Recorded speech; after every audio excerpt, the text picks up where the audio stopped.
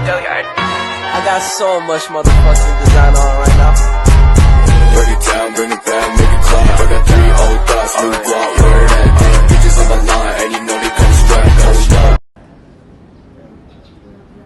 Assalamualaikum warahmatullahi wabarakatuh. Kami dari kelompok 4, saya Wisma Putri, Saya Ivana Tahira. Saya Khairunisa. saya Nadaya Wahyuni. Kami akan mempresentasikan mengenai sistem telekomunikasi dan jaringan. Sistem telekomunikasi berasal dari kata tele dan komunikasi. Tele yang artinya jauh dan komunikasi yang berarti hubungan atau pertukaran informasi. Jadi telekomunikasi adalah peristiwa pertukaran informasi atau komunikasi jarak jauh dari satu tempat ke tempat yang lain. Sistem telekomunikasi mentransmisikan data atau sinyal jarak pendek atau panjang antar jaringan untuk penggunaan komunikasi. Meskipun sistem telekomunikasi tidak berfungsi dengan baik di masa lalu, ada perbaikan besar dan bisa dibilang pokok bisnis dan masyarakat modern saat ini. Sekarang, lebih dari sebelumnya, bisnis bergerak menuju jaringan yang menjangkau lebih banyak konsumen secara global dan ada banyak pilihan untuk dipilih. Sistem telekomunikasi hanya memerlukan 3 elemen. Pertama, informasi yang diambil adalah oleh pemancar dan berubah menjadi sinyal. Sinyal kemudian dilakukan melalui media jaringan. Sinyal kemudian diterima dan diterjemahkan kembali menjadi informasi. Contoh dari ketiga elemen sistem telekomunikasi ini adalah bagaimana televisi bekerja. Stasiun jaringan menyiarkan acara dan iklan, dan kemudian sinyal itu dibawa melalui kabel dan masuk ke rumah-rumah. Dan akhirnya dikirim dan ditampilkan di televisi. Sistem telekomunikasi biasanya 2 arah. Contohnya adalah komunikasi point to point yang terjadi melalui telepon di mana hanya ada satu pengirim dan penerima. Ketika lebih banyak penerima yang ingin dijangkau daripada sistem komunikasi siaran digunakan. Sistem telekomunikasi terdiri dari 2 sisi, yaitu pengirim informasi, transmitter of information dalam telekomunikasi, pemancar transmitter atau pemancar radio, ialah perangkat elektronik yang menggunakan gelombang radio menggunakan antena. Pemancar itu membentuk arus bolak-balik frekuensi radio yang lalu diterapkan pada antena. Gelombang radio ialah wujud dari radiasi elektromagnetik yang terbentuk saat objek bermuatan listrik yang berasal dari gelombang osilator atau gelombang pembawa dimodulasi atau diubah dengan gelombang audio ditumpangkan frekuensinya pada frekuensi yang ada dalam frekuensi gelombang radio pada suatu spektrum elektromagnetik, dan radiasi elektromagnetiknya bergerak dengan cara osilasi elektrik atau magnetik. Yang kedua ada penerima informasi atau receiver of information. Sistem telekomunikasi harus melakukan hal-hal berikut. Yang pertama ada memancarkan informasi, yang kedua ada membangun atau membuat interface antara pengirim dan penerima, yang ketiga ada mengirimkan pesan melalui rute yang efisien, yang keempat ada memastikan bahwa pesan yang benar diterima oleh penerima yang berhak. Yang kelima ada memeriksa kesalahan yang terjadi pada pesan dan melakukan penyusunan kembali terhadap format pesan jika perlu. Yang keenam ada mengonversi pesan dari satu kecepatan ke kecepatan lain, lebih cepat dibandingkan media komunikasi. Yang ketujuh ada memastikan bahwa alat pengiriman, penerima, dan jalur komunikasi beroperasi. Yang kedelapan ada menjaga keamanan informasi setiap saat. Media telekomunikasi mengalirkan 2 jenis, sinyal digital dan analog. Sinyal analog merupakan gelombang berkelanjutan yang memancarkan informasi dengan mengubah karakteristik gelombang. Sinyal analog memiliki 2 parameter, yaitu amplitudo dan frekuensi. Selanjutnya ialah fungsi sistem telekomunikasi. Yang pertama, transmitting devices, berfungsi menyampaikan informasi dari satu tempat ke yang lain, baik dari dekat maupun dari yang jauh. Transmitting devices yaitu seperti kabel, syarat optik, dan udara, tergantung pada jarak tempat yang dihubungkan dan tergantung pada banyak tempat yang saling dihubungkan. Yang kedua, connecting devices, berfungsi untuk menghubungkan perangkat sehingga pengguna dapat menghubungi pengguna lain yang mereka inginkan. Perangkat yang dimaksud masih menggunakan sistem manual jika masih diperlukan operator yang menghubungkan pengguna dengan pengguna yang lain dan dia inginkan. Selanjutnya yang ketiga yaitu terminal. Terminal sendiri adalah perangkat yang mengubah sinyal informasi asli, seperti suara manusia atau lainnya, menjadi sinyal listrik, elektromagnetik, dan cahaya. Selain itu juga, beberapa komponen yang tersedia dalam sistem telekomunikasi adalah sebagai berikut. Yang pertama, komputer dan terminal pengirim untuk mengirimkan suatu data dan informasi. Yang kedua, media transmisi atau kanal komunikasi yang berfungsi membawa data yang siap dikirimkan dari sumber data yang dikirim. Selanjutnya, sebagai proses komunikasi, yaitu berfungsi sebagai perangkat pendukung transmisi data seperti modem, multiplexer, front end processor, switching, dan sebagainya. Selanjutnya yaitu media telekomunikasi, terdiri dari beberapa macam seperti twisted pair kabel. Yang pertama, STP, merupakan salah satu jenis kabel yang sering dipakai dalam jaringan komputer.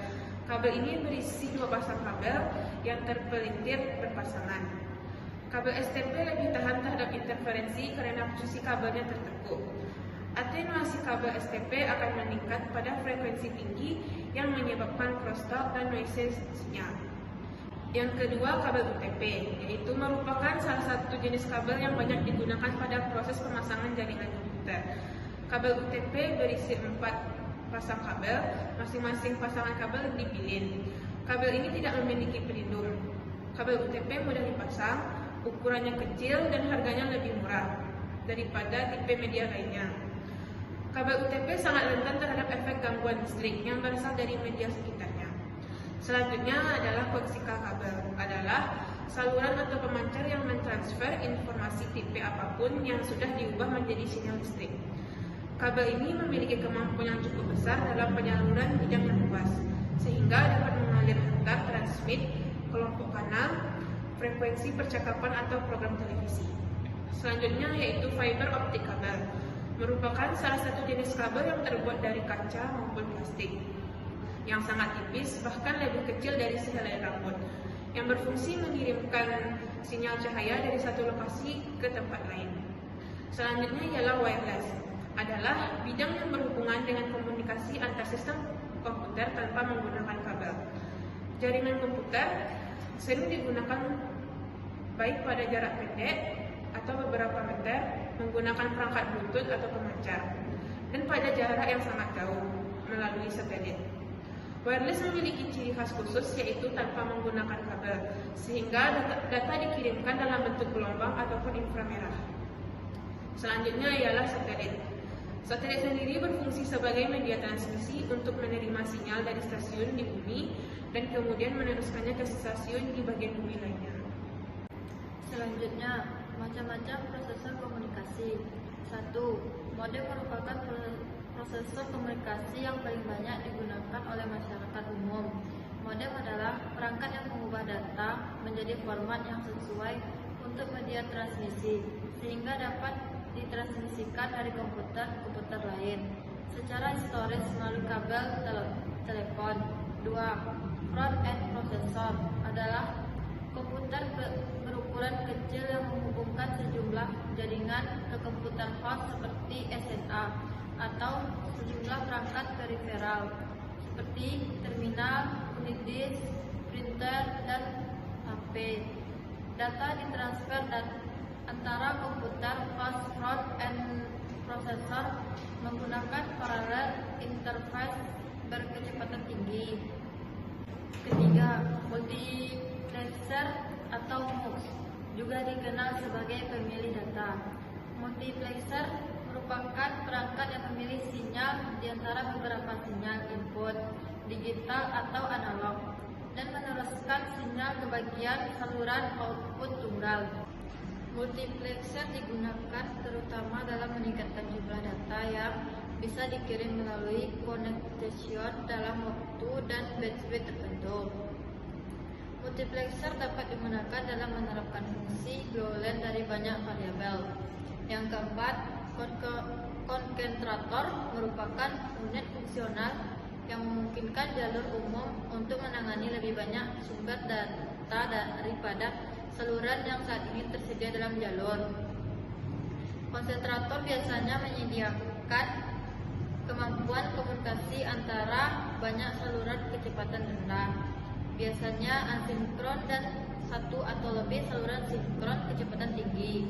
Yang kelima, private band exchange adalah pertukaran telepon atau sistem switching yang melayani organisasi swasta dan memungkinkan pembagian telepon antara kantor pusat yang dipasangkan secara internal dan menyediakan komunikasi antar telepon internal di dalam organisasi tanpa menggunakan jalur eksternal. Bentuk media komunikasi terbagi dua. 1. Media cetak adalah jenis media komunikasi yang berfungsi sebagai sarana penyampaian informasi atau pesan melalui proses pencetakan. Contohnya, koran ialah media komunikasi yang dipublikasi secara berkala tentang kejadian terkini yang mencakup berbagai bidang dengan menyertakan fakta dan opini yang seringkali diketik pada kertas abu-abu atau putih dengan tinta hitam. Yang kedua, media elektronik merupakan media yang menggunakan alat elektronik untuk mengakses informasi. Media elektronik yang sering umum digunakan oleh masyarakat atau rekaman audio, rekaman video, atau presentasi menggunakan slide, CD, ROM, dan konten online. Contohnya televisi. Sebagian besar media baru berbentuk media digital. Namun, media elektronik dapat berupa data elektronik analog atau format data elektron digital. Selanjutnya, jaringan. Jaringan komputer adalah suatu jaringan digital telekomunikasi yang dapat membuat suatu node sehingga dapat memberikan sumber daya. Dalam jaringan komputer, perangkat komputer akan selalu bertukar data menggunakan data link antar node di dalam jaringan. Data link dibuat dari media kabel seperti twisted pair, serat kabel optik, wifi, dan lain sebagainya. Pada intinya, sistem operasi jaringan ini adalah suatu hal yang memungkinkan pengguna sistem untuk berbagi layanan sehingga seluruh user dapat terhubung dengan jaringan yang sama, dapat menggunakan layanan yang sudah tersedia di dalam sistem tersebut. Fungsi sistem operasi jaringan terbagi menjadi dua. Yang pertama, sistem operasi jaringan berbasis teks adalah sistem operasi yang menampilkan tampilan antarmuka berupa seperti huruf, angka, dan karakter khusus. Para pengguna sistem ini diwajibkan untuk menghafal syntax atau perintah DOS yang sering digunakan agar bisa menjalankan sistem operasi jaringan berbasis teks ini dengan lancar. Yang kedua, operasi jaringan berbasis grafis. Sistem operasi ini menggunakan tampilan grafis sebagai dasar pengoperasiannya. Kebalikan dari sistem operasi berbasis teks, sistem operasi berbasis grafis ini memudahkan para pengguna karena tidak perlu mengingat syntax atau komen bahasa pemrograman yang biasanya diwajibkan dalam sistem operasi jaringan berbasis teks. Baik, terakhir, macam-macam sistem operasi jaringan antara lain sebagai berikut. Yang pertama, Microsoft LAN Manager. Microsoft Corporation bersama dengan Tricom Corporation mengembangkan suatu sistem operasi jaringan. Sistem operasi ini memiliki pengaturan lokal area network yang dirancang untuk mengembangkan perangkat lunak server jaringan yang dijalankan pada sistem operasi MS-DOSonic. Yang kedua, Novel Netware merupakan sistem operasi jaringan yang diimplementasikan pada komputer IBM. Pengembangan dari Novel Netware adalah seseorang yang bernama Novel. Sistem operasi ini dibuat berdasarkan tumpukan protokol jaringan Xerox XNS. Yang ketiga, Microsoft Windows NT. Server sistem operasi Windows NT diciptakan dengan beberapa edisi yang berbeda. Produk ini dibangun berdasarkan kesamaan kode sumber. Antara lain Windows NT Workstation yang diciptakan khusus untuk komputer workstation jaringan. Terakhir yang keempat, Bayanan Fines merupakan sistem operasi jaringan yang cukup banyak digunakan pada tahun 1980 sampai 1990. Pengguna sistem operasi jaringan ini biasanya diimplementasikan banyak di perusahaan-perusahaan. Inilah hasil presentasi dari kelompok 4. Sekian, terima kasih. Assalamualaikum warahmatullahi wabarakatuh.